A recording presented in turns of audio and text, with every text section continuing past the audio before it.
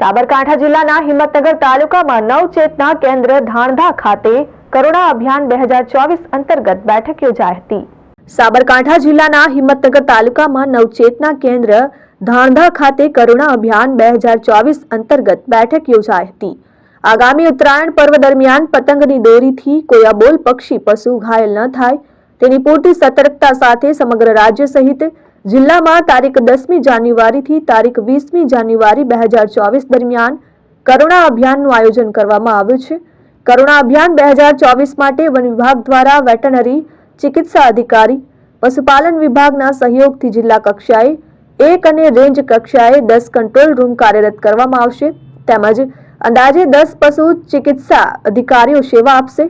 જીવો જીવવાદુ અને જીવાડુની જીવદયા ભાવના સાથે વન વિભાગે ઉત્તરાયણ પર્વ દરમિયાન ઘાયલ થતા પક્ષીઓની ત્વરિત સારવાર વ્યવસ્થા માટે 8320002000 વોટ્સએપ નંબર કાર્યરત કર્યા છે તેમજ રાજ્યના તમામ પક્ષી સારવાર કેન્દ્રો દર્શાવતા ઓનલાઈન મેપની લિંક સ્વયં સંચાલિત wildlife helpline number 8320002000 WhatsApp મેસેજમાં કરુણા મેસેજથી મળી રહેશે।